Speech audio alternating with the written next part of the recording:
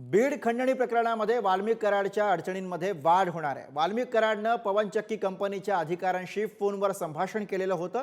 खंडणी प्रकरणी अटकेत असलेल्या विष्णू चाटेनं आपल्या चौकशी दरम्यान ही मोठी कबुली दिली। वाल्मिक कराडचे अधिकाऱ्यांशी बोलणं झाल्याची कबुली सुद्धा विष्णू चाटे यांनी दिली।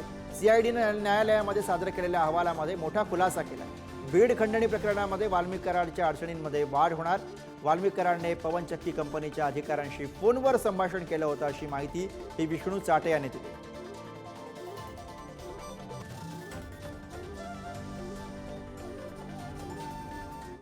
देवेंद्र फडणवीस यांनीच धनंजय देशमुखांच्या तक्रारीची चौकशी करावी। बालाजी तांदळे यांनी थेट मुख्यमंत्र्यांकडेच याबद्दलची मागणी केलेली आहे। जर मी दोषी असेल तर माझ्यावरती कारवाई करा अशी भूमिका सुद्धा बालाजी तांदळे यांनी घेतली आहे। जर माझा दोष नसेल तर मात्र धनंजय देशमुखांवरती कारवाई करा असंही त्यांनी म्हटलं।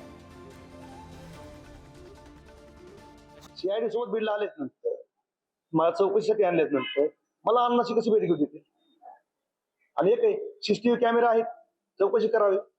माझी अशी विनंती महाराष्ट्राचे मुख्यमंत्री आणि गृहमंत्री तेच आहेत, तिथली चौकशी सीसीटीव्ही चेक करावेत। मी जर कोण दोषी असेल तर मला शिक्षा द्यावी आणि माझ्यावर मी जर खरं खोटं असेल, जे माझे आरोप करतील त्यांना शिक्षा द्यावी।